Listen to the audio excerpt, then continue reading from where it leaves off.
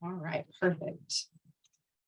So thank you everyone for joining us tonight for our meeting concerning the Land Water Conservation Fund grant application that the city intends to submit to the Florida Department of Environmental Protection. And that's going to be submitted at the end of this month. And we are looking to submit on behalf of Port District improvements. That will include areas of Tom Hooper Park, Veterans Park at Rivergate, and the Port Promenade enhancements in that area. So tonight I'd like to introduce myself. I'm Kelly Boatwright. I'm the Parks Administrator of Projects here for the City of Port St. Lucie Parks and Recreation Department. And joining us tonight as well is Jennifer Davis, the CRA Director for the city as well. We both work collaboratively on several projects within the city, and the Port District happens to be one of those projects. But a few housekeeping things before we begin. Your microphones will be muted, but you can utilize the Q&A feature and type any questions that you may have, and we'll be happy to answer those questions at the end of the very, very short presentation that we have tonight.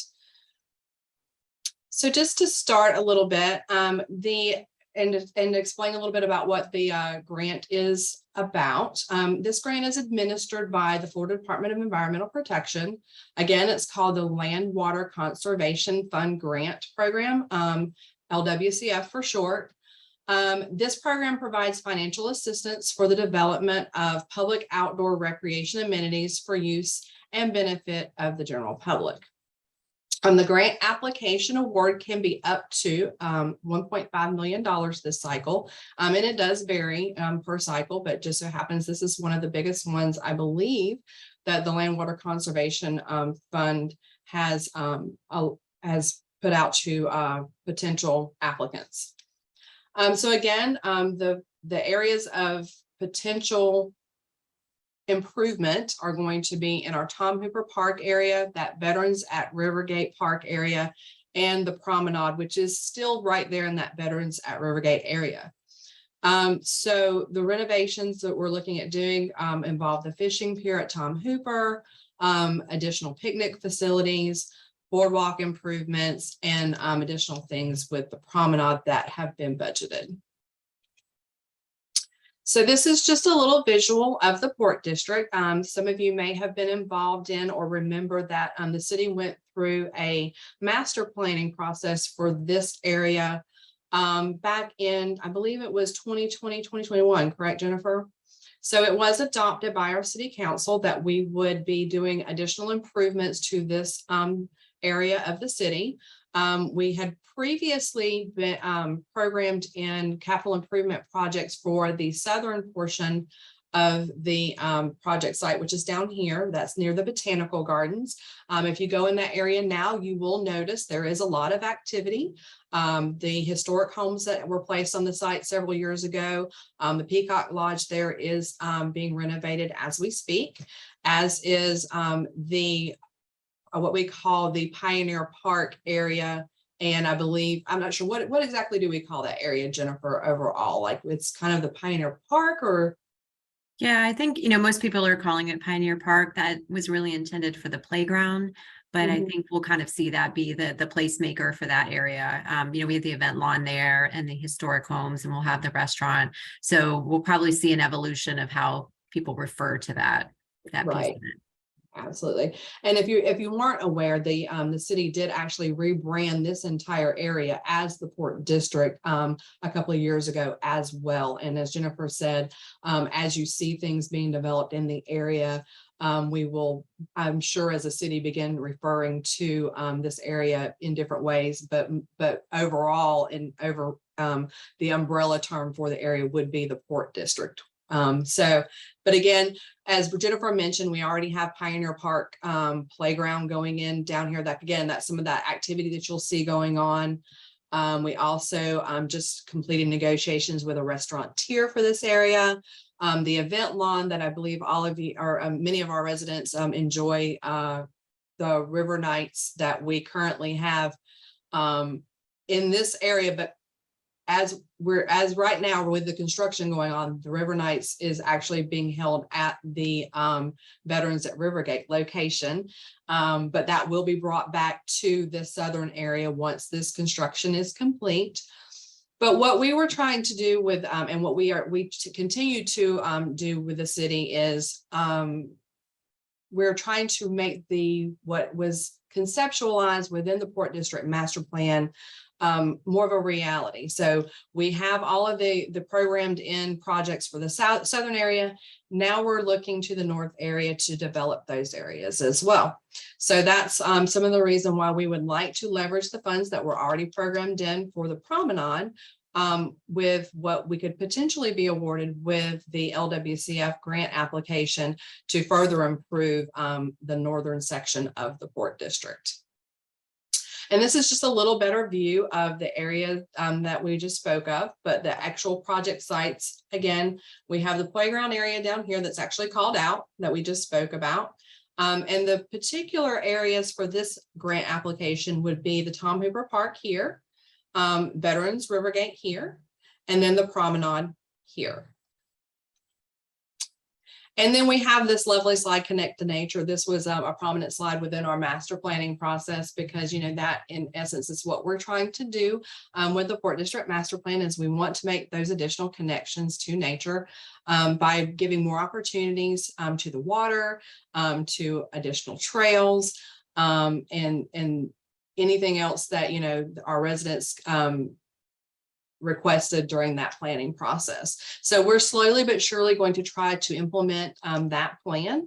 And by applying for these types of grants, the Land Water Conservation Fund grant, we will better be able to utilize the funds that we have to make a bigger and better area for the Port District.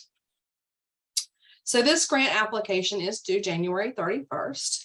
And it awards application points for public participation through discussion of the project at regularly scheduled meetings of the advisory board. So this actually went to our advisory board, our planning and zoning advisory board at the beginning of the month. And so they approved us moving forward with this grant application. And we wanted to come and provide a brief presentation to our public audience to let them know that, you know, we are trying to be good stewards of our taxpayers' dollars and leverage those with these grant opportunities every chance that we get. And so we are looking to continue to do that through this LWCF grant and other grant opportunities. So I believe, oh, I accidentally bumped my screen sharing. So let me see if that was the end of the presentation. I think it may have been. Nope. Yep. I'm in a whole different presentation. Give me 1 second. Oh, and that was kind of the end. So of the presentation itself. So I'm going to actually turn it over to Jennifer and see if she has any additional comments that she would like to make. And actually, I'll bring up the graphic again, just in case anyone wants to kind of, you know, view that area once again. Sure. Thanks, Kelly. So yeah, I think that graphic that shows the different elements within the park, the Port District would be great. Just wanted to emphasize, and Kelly did a great job in speaking to this, is, you know, one of the areas we're talking about is the Promenade. And I think some people are familiar with the Promenade building, which is where Hurricane Wings is located, and Fernando's. So the capital improvement project that the city has had in their plan for several years has referred to it as the Promenade. Really, it is the canal area and providing some additional dock space in there, a pedestrian bridge that will go from the Promenade commercial piece, which will tie in then across the canal to the south to the park at Veterans at Rivergate. So I just wanted to clarify that piece, but that has been in our capital improvement plan for several years, at least 5 years, and it's just kind of the next phase. So when this grant opportunity became available, we had funding already to do this project, but we thought it would be a great opportunity to save some of the funding that had been allocated for this and utilize grant money, and then that funding can be freed up for other projects within the city or within even the Port District. I also know that there's what we would call a few deficiencies in the area from, you know, the facilities and things that Kelly spoke of with picnic tables and things like that. It was just easy to partner in this project. So it kind of came together very easily. And I'll just take a moment also to speak to the status of the construction of those South Park elements that are going on right now that Kelly spoke of with the playground. As of this time, we do anticipate that that project will wrap up probably in the fall of 2023. And then the historic homes probably about the same time as well. They're being the lodge is being renovated, so I wanted to pass that along to you. We're also working to get that boardwalk connection under Port St. Lucie Boulevard. So for the section that ties into Tom Hooper Park to the new section at Bridge Plaza, you'll be able to go underneath Port St. Lucie Boulevard and actually connect that way. So we really think it's going to be a great recreation corridor along the river.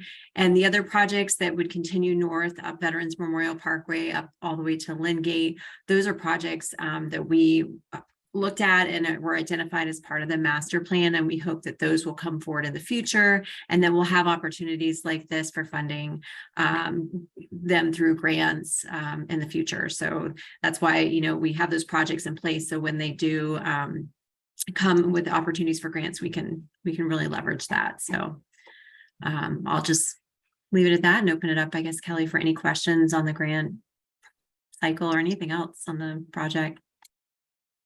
Sure, yeah, actually, and at this time, if you have any questions that you would like to ask, I would just ask that you type them in the Q&A. We do have, actually, we have kind of a small group here today, so I would even say that if you would like to speak, I'll check with our moderator and see if there's a way we can open up the mics if anybody wants to speak. Let me check with him real quick. And I will go ahead and answer the question from Joan on the timeline for the boardwalk under Port St. Lucie Boulevard. So that's been completely designed and permitted. We're waiting on an estimate to see what that will cost. If we have a contractor that's already on board doing the work down at the park, who's doing boardwalk work, and we're hoping that we'll be able to utilize them to do this work. It is current year funded. So if once they get started, I think it was about a 6-month time frame for that to be complete. But we're just waiting to get the go ahead to get started. So we're super excited about that one piece coming to us. Kelly, you can answer that next question from Joan. I think that's a great question. Let me find the question. Sorry, I was trying I'll go ahead. I'll read it. I'll read it. Perfect. Thank you.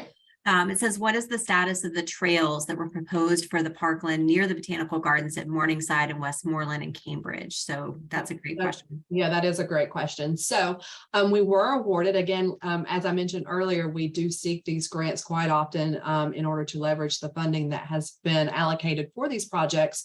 And we were awarded a $500,000 RTP grant for that project.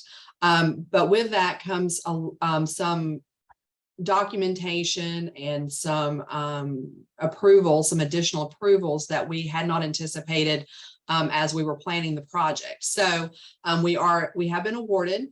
We've executed the grant through our city council. We are awaiting the final executed grant from FDEP. And once we receive that, we will be able to go through what they call the NEPA approval process. And they say that takes about 6 months. But in the meantime, we are going to be lining things up to get things kicked off very quickly, hopefully after that. So we're looking at potentially 6 to 8 months before we can start developing that project. Now, we'll go ahead and mention that you note on the far end, or the most southern end of the tract of the Port District is also the conservation tract. There are some proposed upland trails for that area as well that were tied into that grant application for the Wilderness Trail segment. And because of that, it has kind of postponed those trails as well. But we hope at the same time we'll be able to kick off those trails. So hopefully within the year, we will be beginning construction on both the Wilderness Trail segment and the Conservation Trail segment of that project. All right. And Mary Ann had a question, and also Mary Dodge hit on this as well, is any idea of what restaurants going in? This week at City Council approved the lease agreement with a entity called P3 Investments. They're a development company. So they're going to be developing what they call a river food garden at the site, which will have a main restaurant and have some smaller ancillary buildings that'll have some smaller dining options. So let's just say that Kelly and I want to go to lunch together and she wants tacos and I want a burger. There should be both of those options there. And we would sit outside, at an open dining area and be able to enjoy the park and still have the same dining experience. Again, there will be an indoor larger restaurant, which will have a rooftop terrace. And then there will be a tiki bar feature on the south end. This was all kind of tied in together. They have not named the restaurant. As far as it hasn't been officially named, it is not a chain. It's being developed specifically for this site.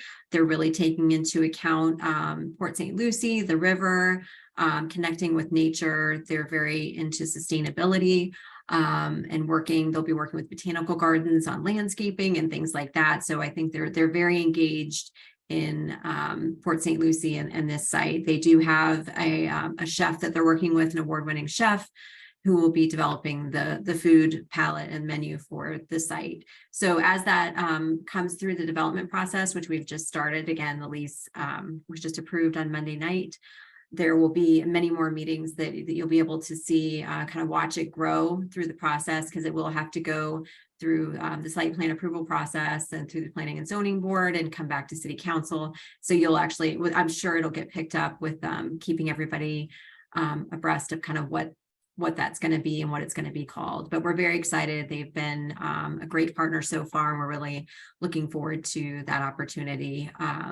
Along the way, we've had every option from kind of just the most basic little shack put there with some hot dogs kind of thing to fine dining. So I really feel like this developer is putting something in that's going to be very unique for Port St. Lucie, very attainable for Port St. Lucie residents to go to. And really their approach is to build this restaurant area for the residents of Port St. Lucie, because we know if we as residents want to eat there, that's where you're going to take all your visitors, or you're going to tell somebody to go. So they're so in tune with it. So I welcome you to watch. You could review the meeting from January for the CRA meeting. That video is actually online, and they give a great little presentation about what they're doing on the site.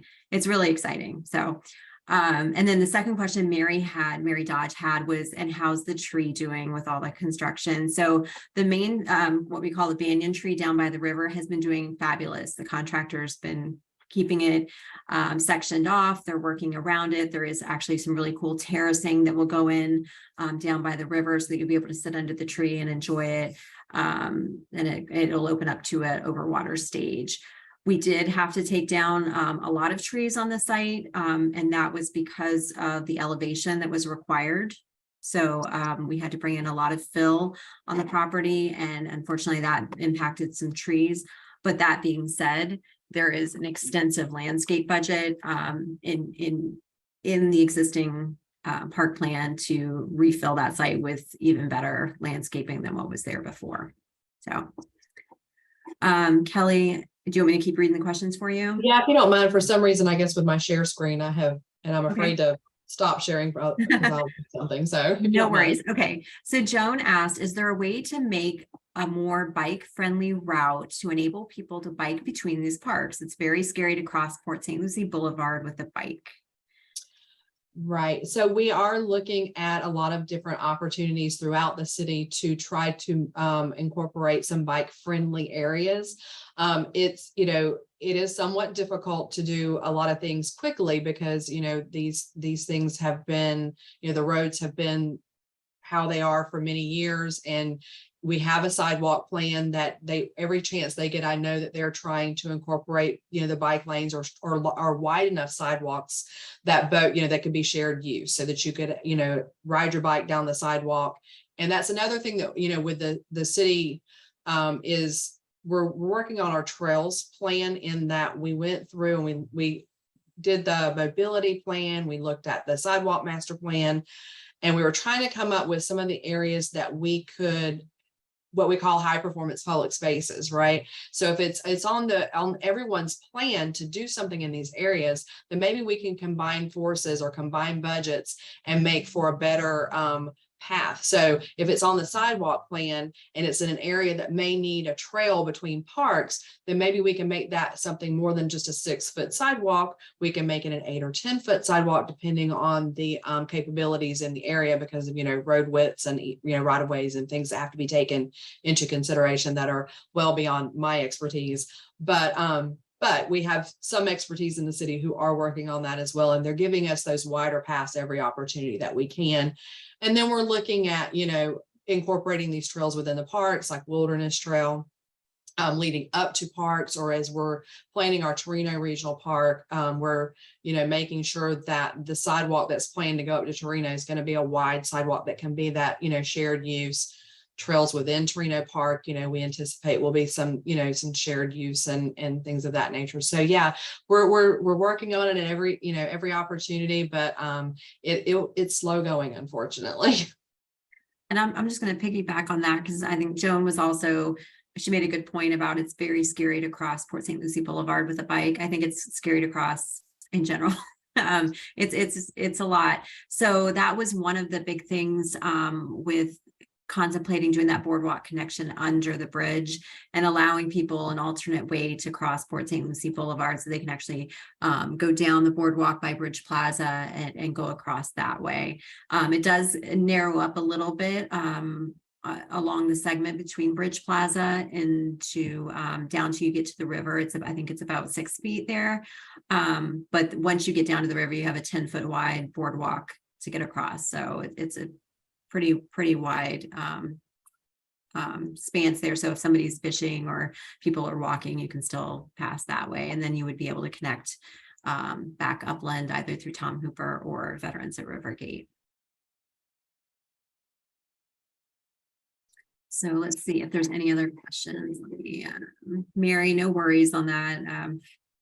Yeah, the banyan tree.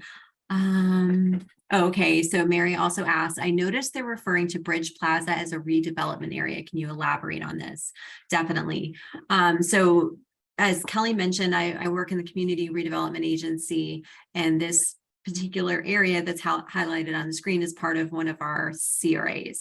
So that what we target with that is opportunities for redevelopment. As you know, Bridge Plaza has been a great anchor in this area. It has done well over the years. It's actually pretty full now with tenants, but they do have that one out parcel that is close down to where our boardwalk entrance is.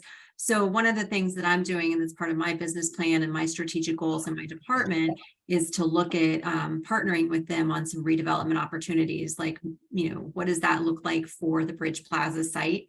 So in what you see on the screen where it says, redevelopment area opportunity is potentially, is there a building or something that needs to go on that out parcel, and what does that look like? How does it impact parking and things like that? So funny enough, just this afternoon, I had an email come through that apparently next week I'm meeting with the Bridge Plaza.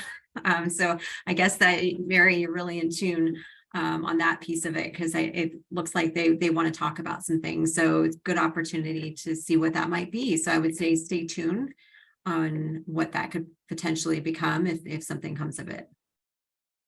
So thank you for that question. And let's see.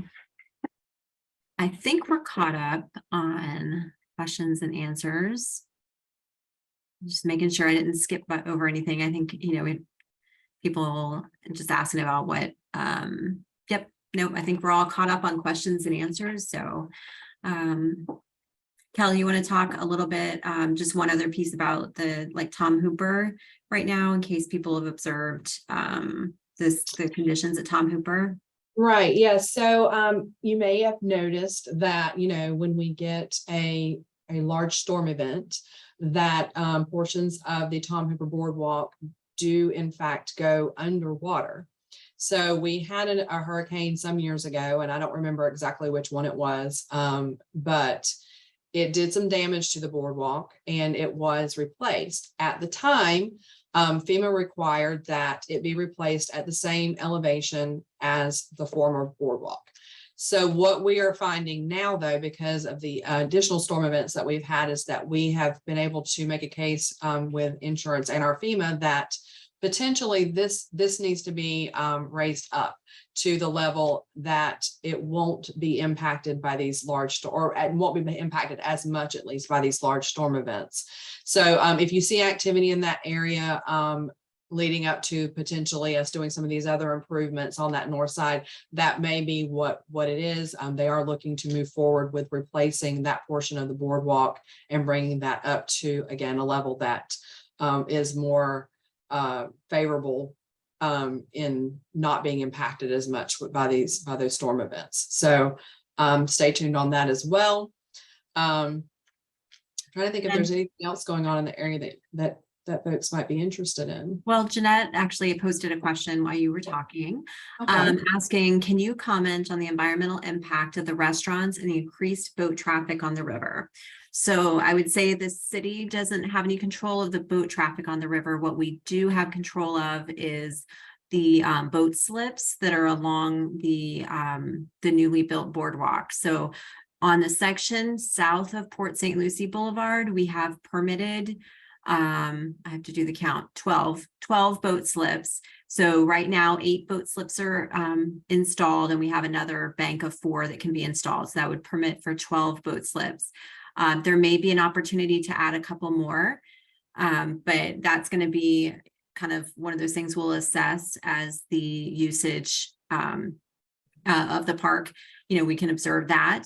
As far as the environmental impact from the restaurant, we have permits from DEP and South Florida Water Management District regarding the permitted activity on the site and its adjacency to the river. So there are certain things in place, like when grease traps and things like that are put in, they have to be set back a certain number of feet away from the setback lines, even for the river. So all of those are taken into consideration with the construction of the overall site. So again, we can't control people going up and down the river that may be visiting it. We can control also the commercial activity. So we are not allowed to run commercial activity. So we can't have, let's say, we have a vendor who wants to have a river cruise and they want to run it off of our dock. We can't allow that.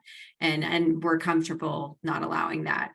They can run off other docks somewhere else and they can stop by, but we can't run commercial operations off of our docks. It's not permitted in our sovereign submerged land lease with the Department of Environmental Protection. So I think there's plenty of safeguards in place. We are also working with the FWC, Florida Fish and Wildlife Commission, to do a no wake zone, a slow speed zone in that area, which I think will help encourage non-motorized boating activity. We'll have a new kayak launch in the area right there by the park. So I think you're going to see that there's going to be some things will kind of slow down in that area than what they are right now. And let's see. All right, I don't see any additional questions right now. Maybe we'll give it one more minute in case somebody's typing.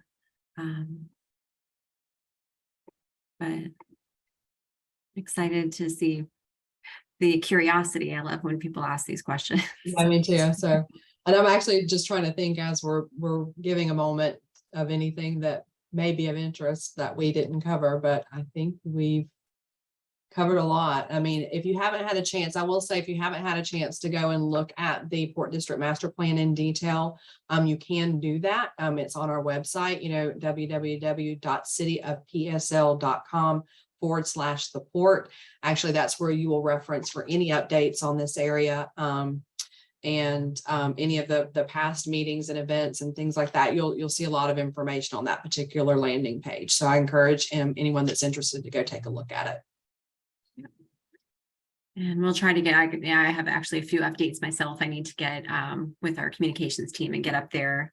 So we've been a lot of great pictures to share with people of the park construction.